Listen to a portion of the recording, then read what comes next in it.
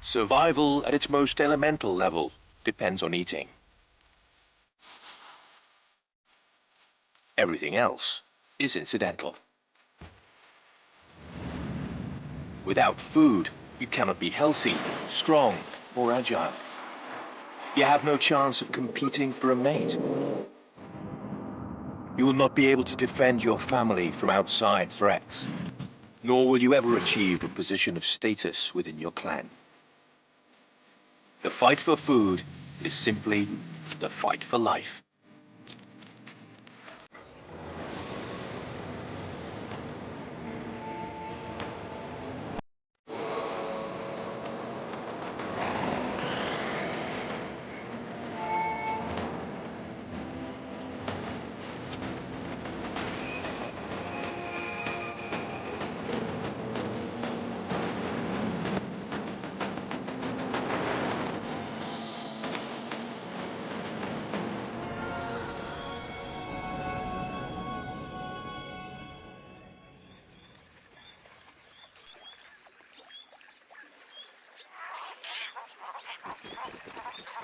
The Danube Delta, the scene of a fierce confrontation over food.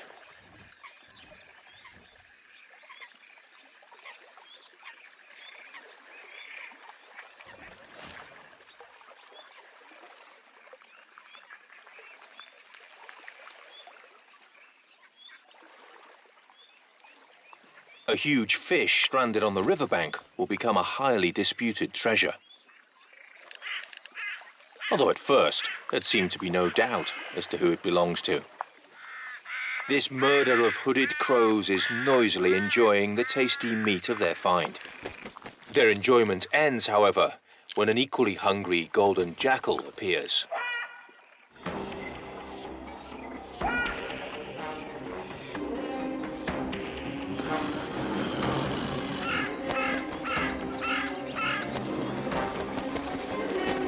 Faced with the jackal's tactic of confiscating their booty, the disappointed crows can do nothing. But this is still only the beginning of the conflict.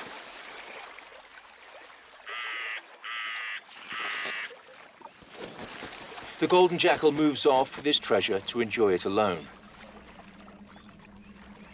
But there are other potential diners here that have been alerted by the commotion.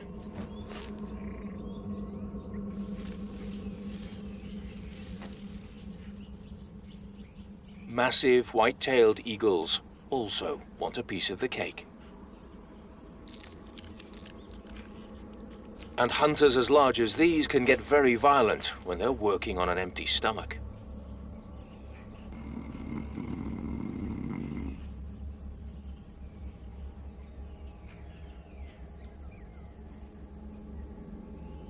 The golden jackals and giant eagles clash over the fish's delicious soft flesh.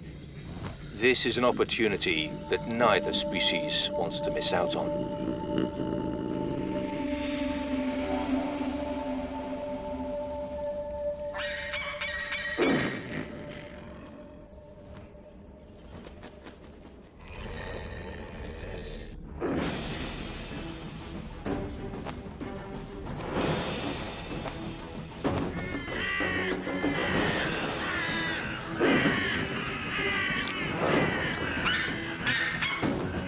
A duel between fang, beak, and claw.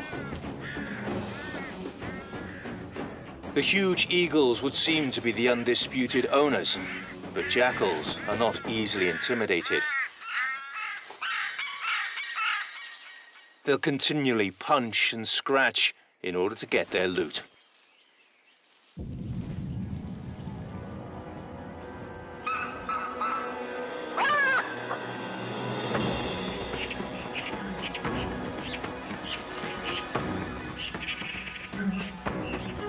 And while these two apex predators are going at it head-to-head, the crows in commando mode manage to steal, one piece at a time, a fair proportion of the fish.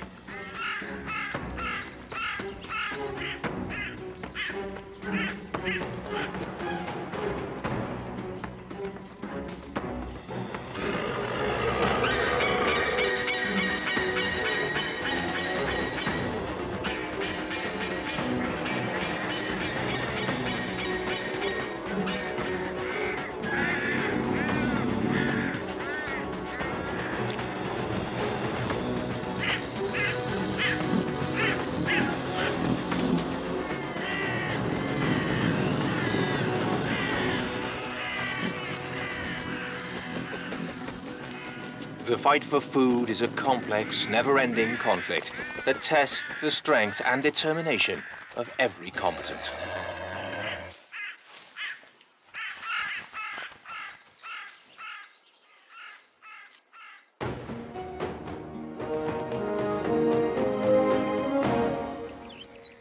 In Africa, such battles are very common, with very different protagonists from those in the golden jackal's Eastern Europe habitat.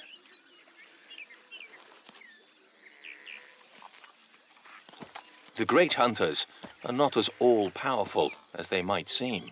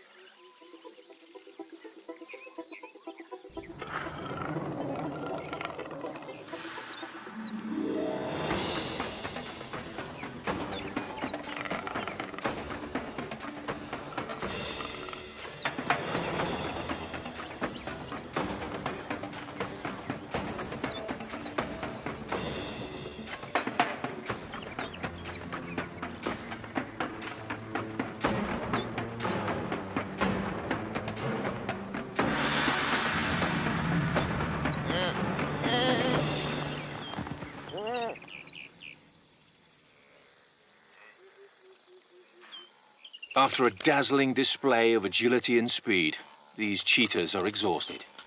They have at least got their prey. But they cannot relax for a moment.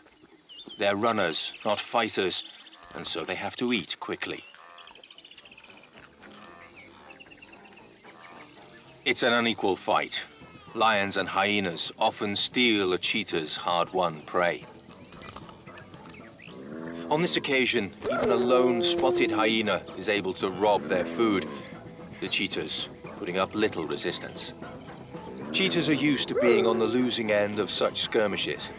That's why they will eat as quickly as possible, filling their stomachs before the loot can be snatched from under their noses.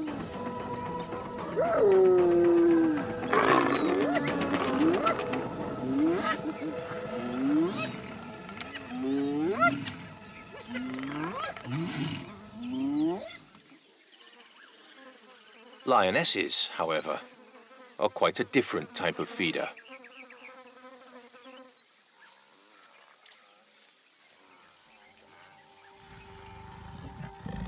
Lionesses form strong, stable groups which hunt and fight hard together.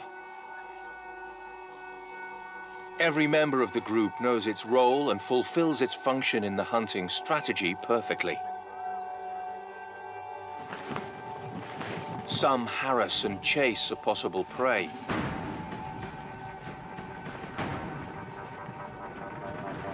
While others, sure of the perfect moment, pounce on their victims. From Cape buffalo to hippos, they will take on all kinds of target.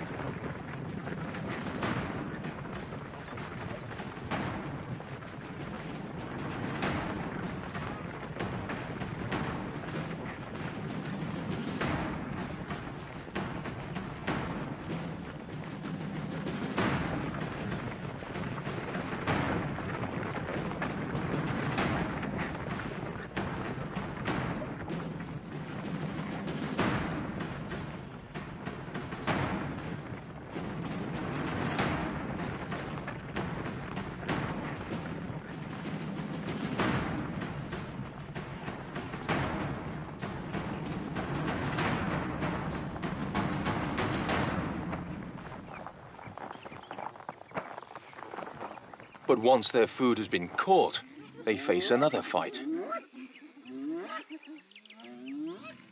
Hyenas lurking nearby.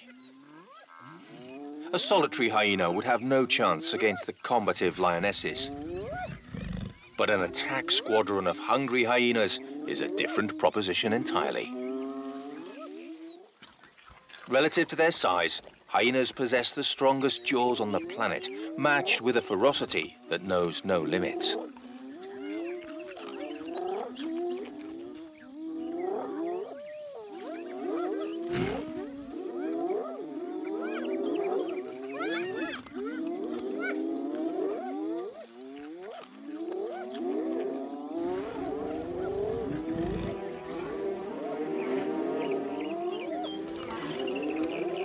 The vigor of the group of scavengers is a blow to the morale and resistance of the leading lioness. Overwhelmed, she has no choice but to abandon the fruit of all their combined effort.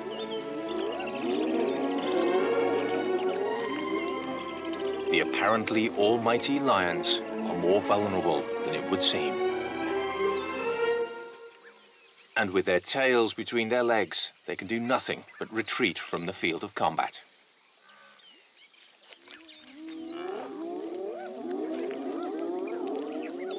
And yet the game is still not over.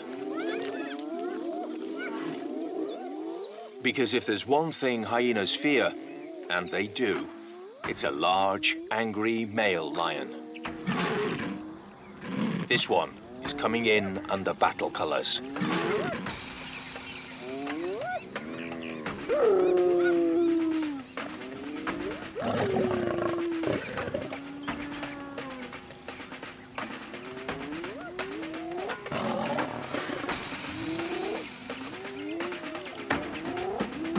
Hyenas may be fierce, but they're not stupid. They know that they simply have to give up their food.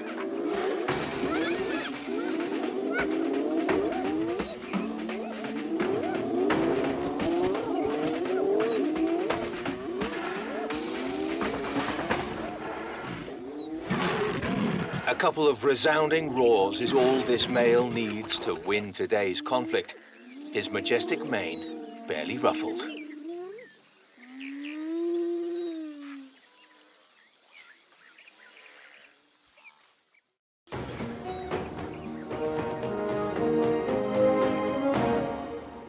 In southern Europe, the Iberian Peninsula shares some very striking species with the African continent. Large-scale scavengers. Vultures. Griffon and Eurasian black vultures are long-standing combatants in an ecological army that survives only in well-preserved wild areas.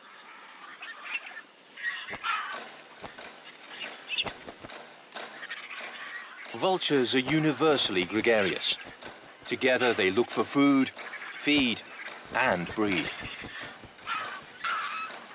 But don't confuse their social behavior with friendship. They're always ready to fight, especially at mealtime.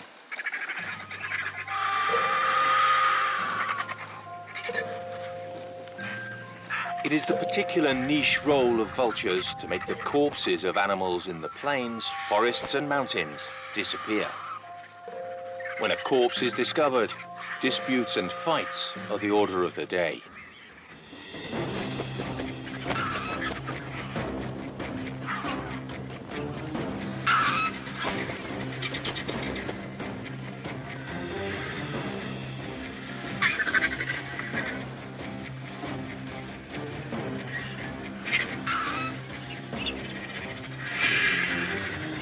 The black vultures, larger and more powerful than their cousins, will impose themselves when the feast begins. But the breaking of bread together is not a time of pleasure and camaraderie, but rather quite the opposite. It's a key moment in the battle for survival.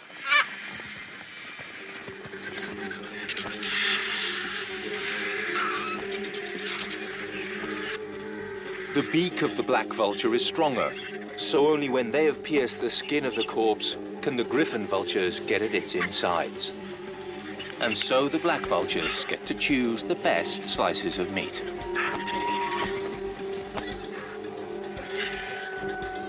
They rule at the dinner table until the griffon vultures cannot contain their hunger and bad temper any longer.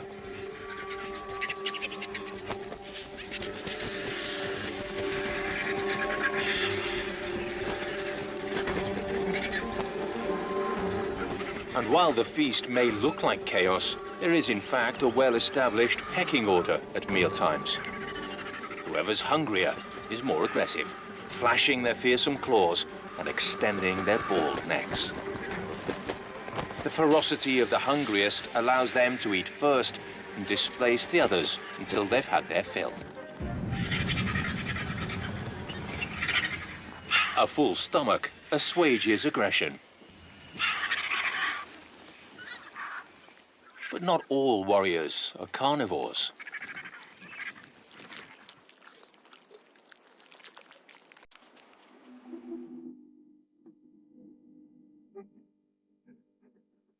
Tenerife.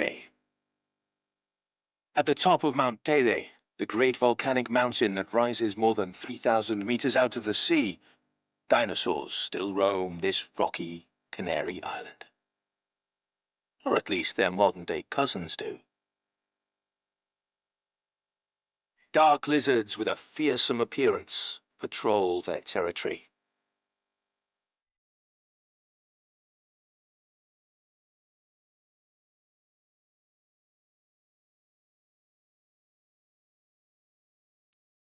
Gran Canaria giant lizards can reach up to 80 centimeters in length.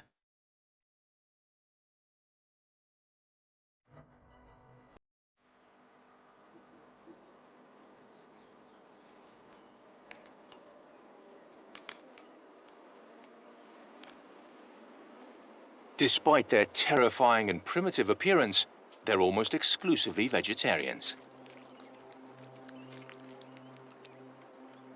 Canarian cacti and shrub fruits, flowers and figs form the basis of their diet. Food is often abundant, especially in spring. But in summer, it grows much scarcer. Flowers are desiccated by the heat. There is almost no running water, and only the fruits of certain plants offer liquid and nutrients of any kind.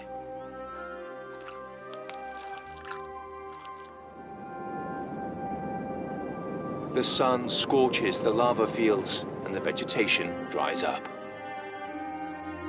Lizards are tough and resilient, but life is hard here, even for them.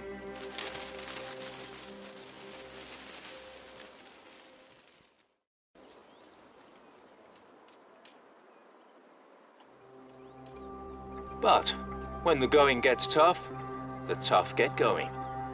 The lack of resources is the trigger for a pitched battle for the succulent, hydrating fruit.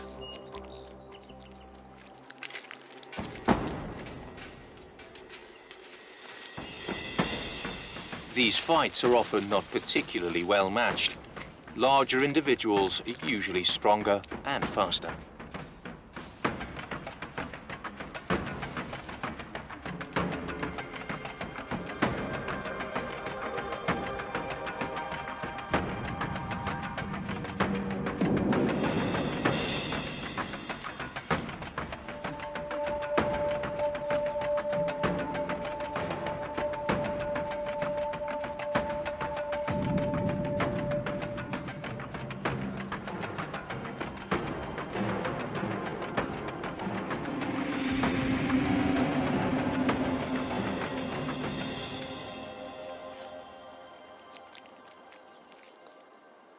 And since the victorious larger lizards are more likely to travel further, the plant seeds are dispersed across a wider range.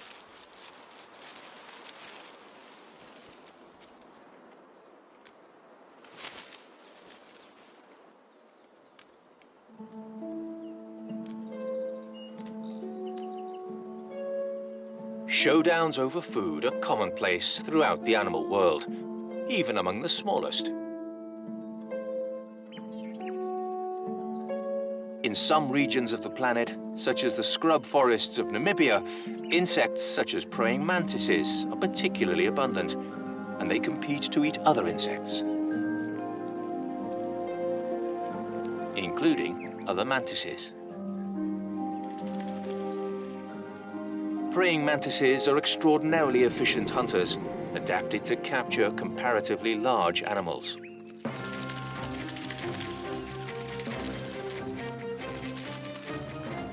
Their eyesight is prodigious. They have spiny claws which are perfect for holding on to any prey, and their jaws are capable of cracking the toughest protective chitin exoskeleton.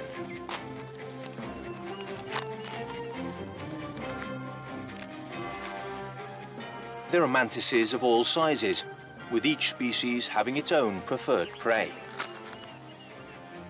Their voracity means that there's plenty of competition for the same resources, especially if two individuals of the same species find themselves on the same branch.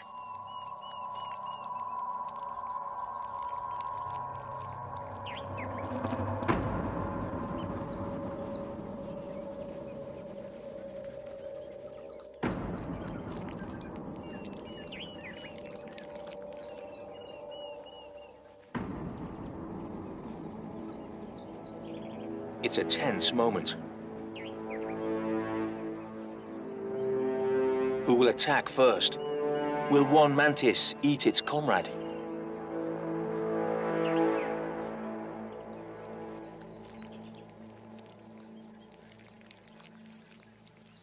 But among European or praying mantis, an honor code exists.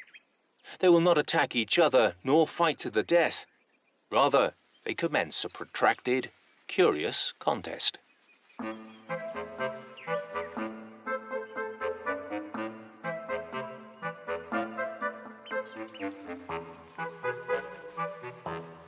Their death-delivering forelegs are now employed as a means of communication.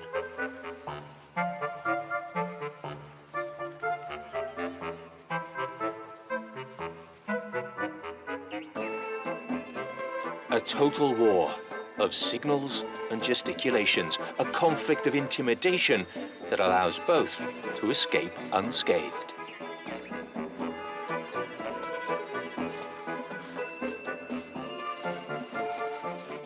The battlefield negotiations are long, and casual observers, at first fascinated, seem to lose interest.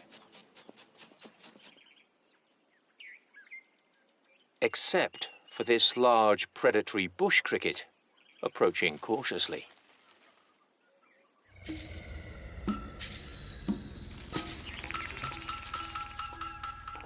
The signal war ends in a peace that seems to satisfy both belligerents, who take a break.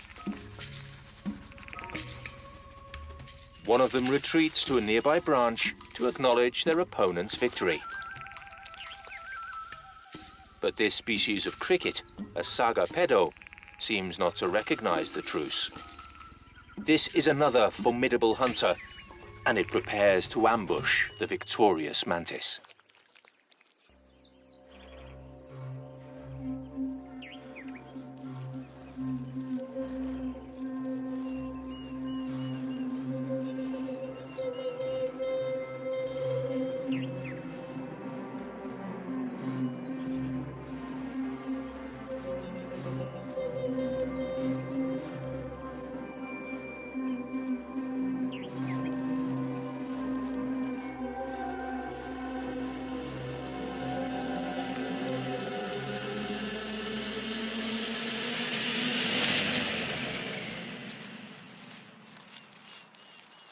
So engaged were the mantis in reaching a peace treaty, they were distracted from their other, equally hungry enemies.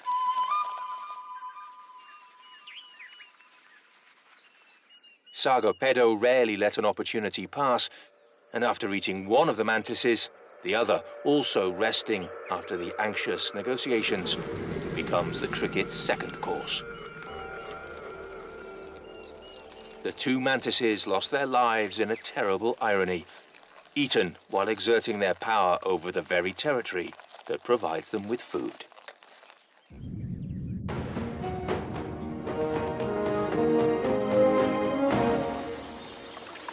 Even in times of plenty, conflicts can arise over a good meal. When summer arrives in the cold expanses of Alaska, grizzly bears congregate at river mouths. For just a few weeks each year, salmon migrate upriver in their thousands. And grizzly bears know this. They gather in ever-growing numbers to take control of the river. The salmon's arrival is imminent. The more impatient bears loiter around the mouths of rivers. Hunting is harder here. As the summer advances, so more and more salmon head upriver. The moment of harvest has arrived.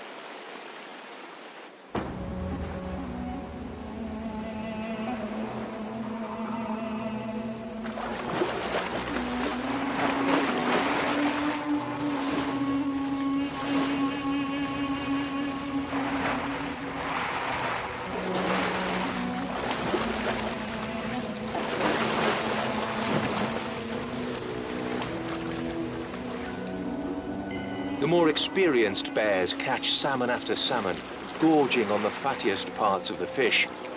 This helps them put on weight quickly in preparation for winter. Other species also benefit from the fishy feast. Seagulls peck at the remains of the salmon that accumulate downstream. And while there is food enough for everyone, everything is calm. Relatively.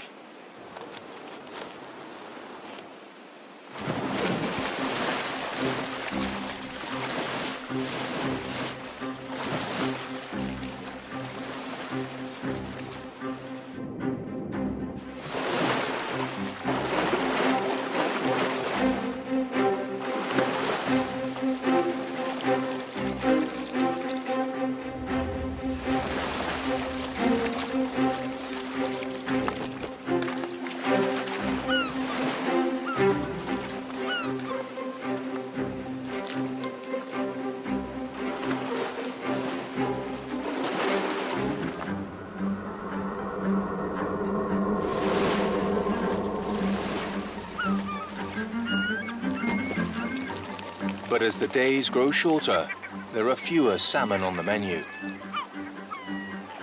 And when the once abundant food source starts to run low, tension rises among the riverside diners.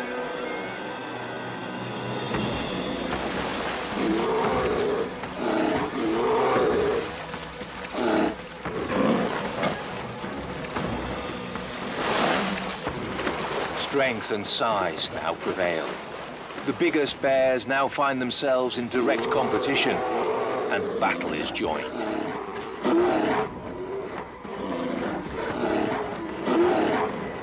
It's a time of open confrontation as bears try to drive each other away. It's a question of their very survival. Each individual must double its body weight to be able to survive the winter. The fatty salmon are their salvation. Blood is rarely spilt into the river. The most aggressive and powerful specimens usually exert their dominance by other means. And now, winter is coming. Younger, smaller bears must accept their inferiority and their greater vulnerability to the harsh rigors the coldest season brings.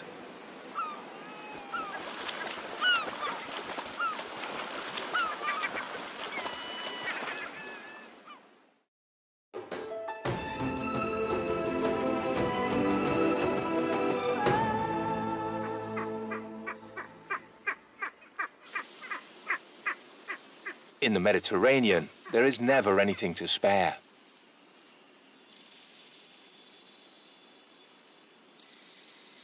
In the Sierras de Cazorla, a Spanish imperial eagle is beginning its hunting day. It hangs in the sky and surveys its territory.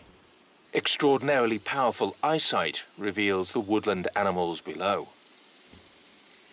Spanish imperial eagles and Iberian lynxes are the great apex predators of the Mediterranean home oak woodlands. And both lynx and eagle are expert rabbit catchers.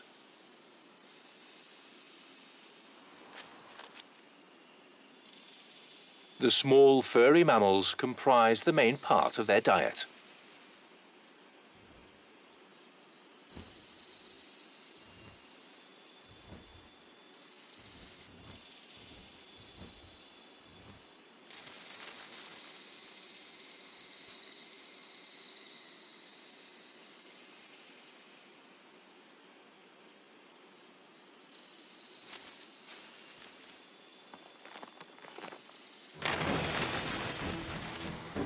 Spanish imperial eagles are great hunters, but this young female hasn't perfected her technique yet. She's still missing out on a good number of kills.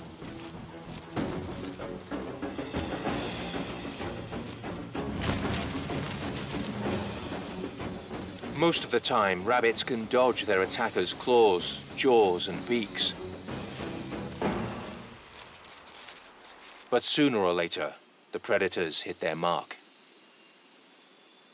As the increasingly hungry young female eagle tries to hunt,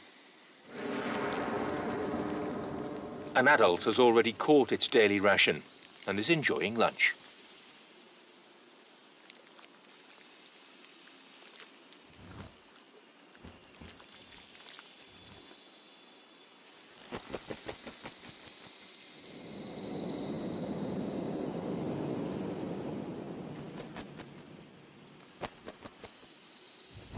And yet, despite their status as great hunters, the imperial eagles cannot eat in peace.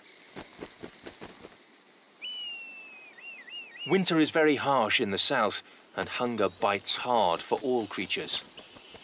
Red kites have evolved a solution: to work as a team.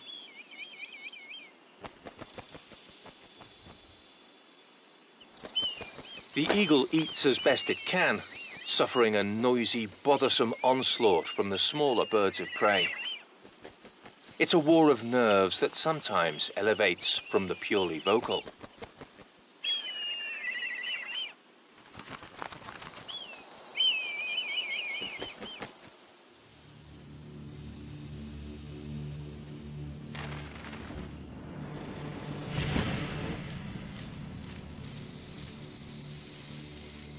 Close by, the young eagle finally has a well-deserved prize. But she cannot escape the kites either.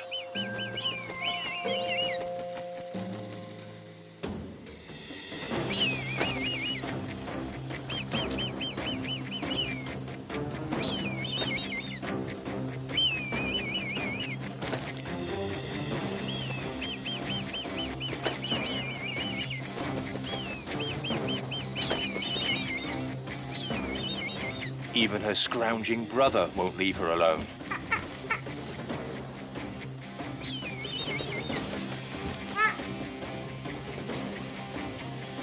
The red kites harass the eagles without rest. Taking turns, they attack again and again in what seems like perfect synchronization. Eventually, the mature eagle gives up. It's more trouble than it's worth, so she abandons her half-eaten rabbit. The pair of imperial eagles, young and old, both retreat. This is one battle that has been lost, only for another soon to rage.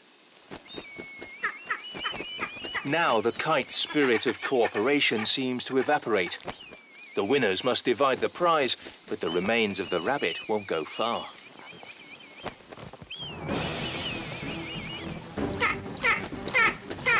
And so they give each other the same medicine they gave the eagles. The constant fighting of the kites is exhausting, but through their vocal and physical confrontations, they manage to survive the winter, distributing the meager leftovers abandoned by the eagles.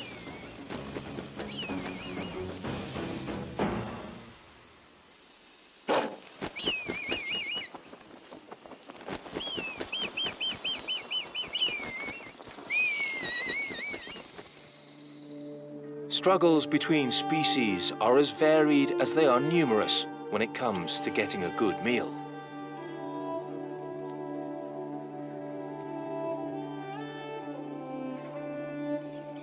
The Atacama Desert is a place for only the hardiest of ascetics. The heat scorches the ground, and there is never much to eat. Like all good camels, guanacos get by on just a few fibrous plants.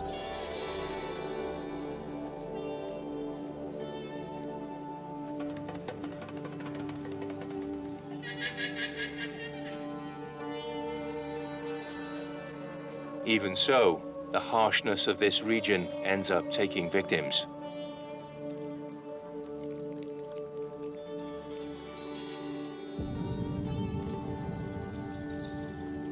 But here, death is an opportunity. Even the parched remains of a dead guanaco can be a banquet for the desert's few opportunists. The culpeo, or Andean fox. These canids live and hunt in the driest desert in the world. They find insects, fruit, and corpses. And although they can hunt, they tend to be scavengers. The remains of a guanaco are always a welcome find. The parched skeleton of the guanaco has barely any flesh left on it. Nevertheless, this is an unburied treasure in the middle of the desert. It will provide enough protein to keep the fox fed for several days.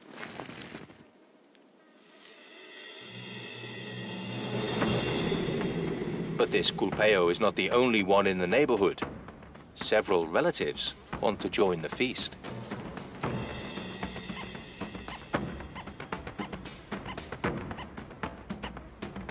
The problem is establishing the correct order at the table. The hungriest and strongest enjoy the food first.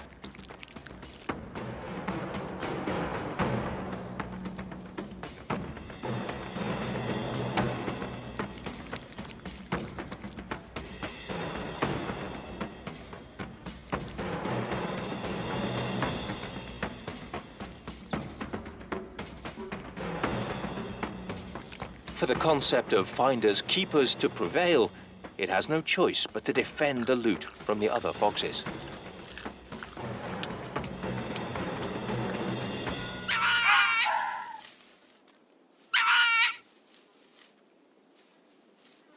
Its peaceful meal is over. Before the fox can continue eating, it has to remind everyone of the hierarchy at mealtime.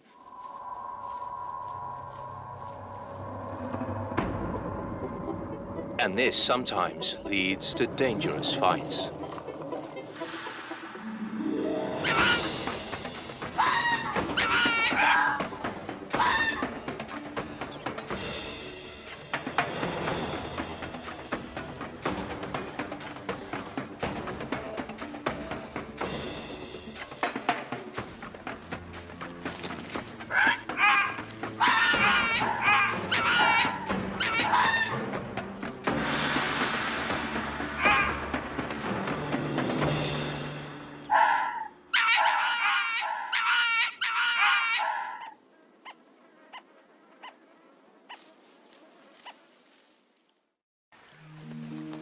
On the other side of the Andes, in the immense Amazon region, food is much more abundant. Opportunists here also know how to make the most of their moment. The jaguar reigns supreme in the Brazilian jungles. 2 or 3 large animals fall prey to the mighty feline each week. On this occasion, its victim is a caiman. If it's large enough, it will provide the jaguar with sustenance for a couple of days. The jaguar only hunts what it needs to survive. This saves energy and means its territory is not overexploited. When it's had its fill for the day, the big cat hides the leftovers among the vegetation and heads off to rest until tomorrow. But this time, the big cat won't benefit from its prudence itself, but rather the vultures that have discovered the cat's pantry will. What's left of the caiman's cadaver becomes the site of a pitched battle.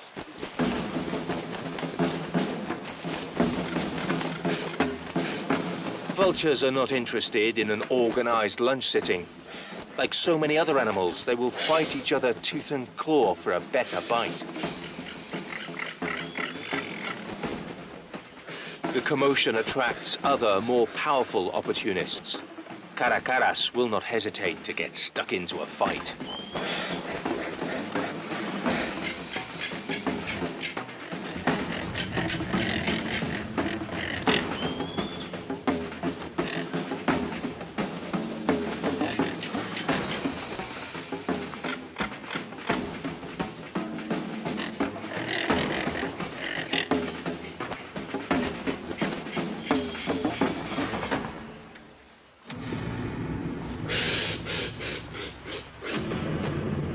Every mouthful is fiercely disputed.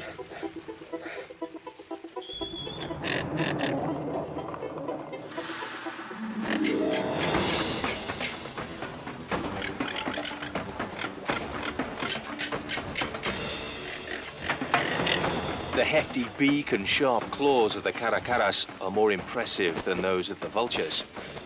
But the latter have a numerical advantage.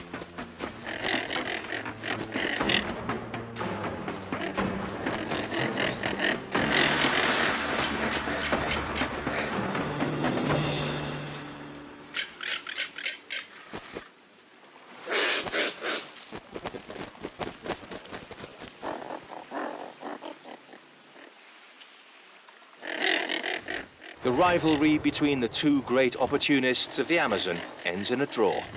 Everyone manages to satisfy their hunger without too much lost.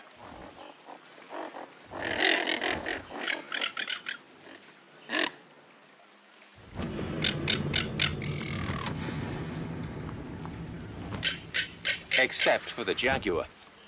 The result of the food fight between the birds is that the jaguar has not a shred of food left for the next day.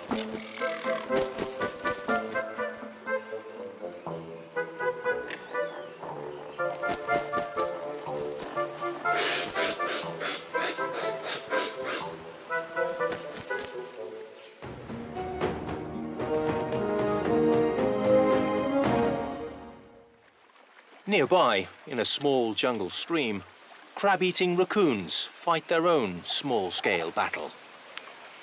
These little carnivores may look cutesy and playful, but are in fact smart and fearless. They spend their days searching for their most common victims, river crabs.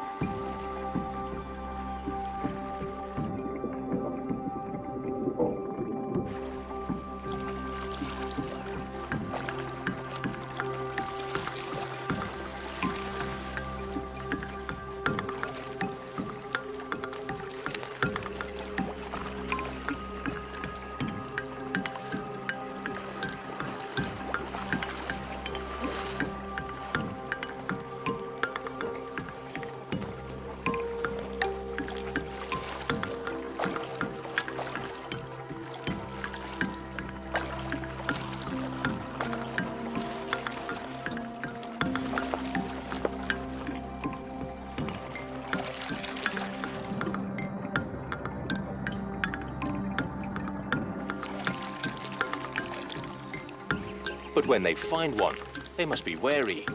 The crustacean's claws can give a nasty nip if not handled with care. But raccoons are known for their dexterity and ingenuity. Beating the crab against a stone allows the hunter to enjoy its food without injury.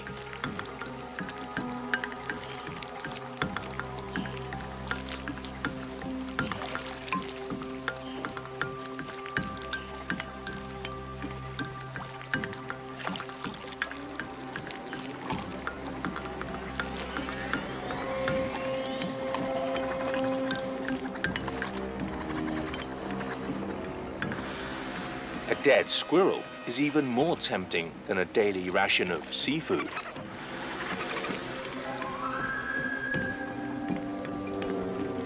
The trouble is, all the members of the family think the same.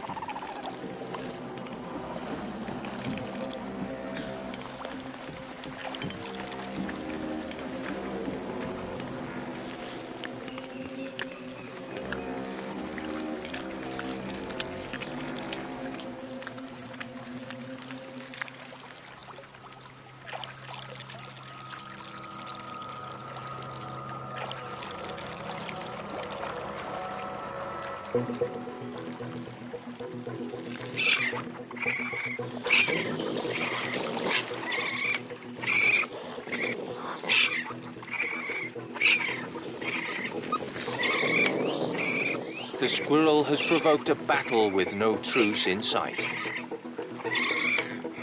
Intense though it is, this is a bloodless dispute. The raccoons probably expend more energy in the fight than the battered body of the squirrel will provide.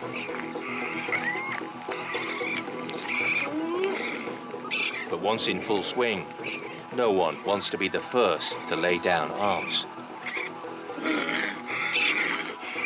Such frays can be overwhelming. Every day means the struggle to feed oneself and one's family continues.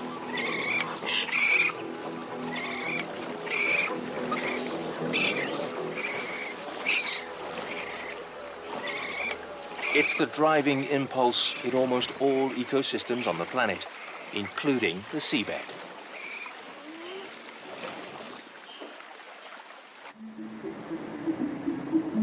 White-tip sharks tussle for their food ration every day.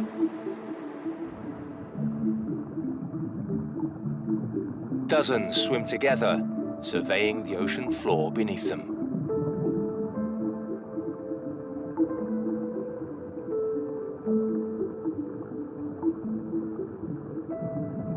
Patrolling the corals like wolves in a pack, when one manages to catch a fish, collaboration soon turns to conflict.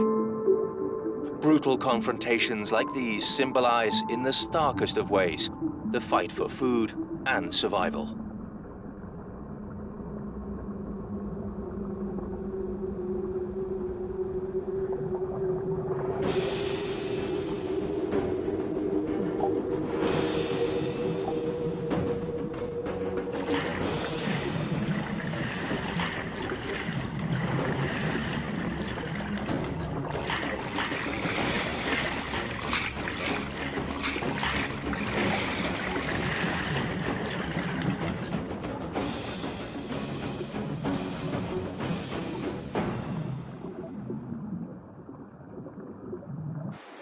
From the deepest of the ocean's depths to the highest summits of the mountains, the ceaseless struggle to obtain the necessary resources to survive is played out.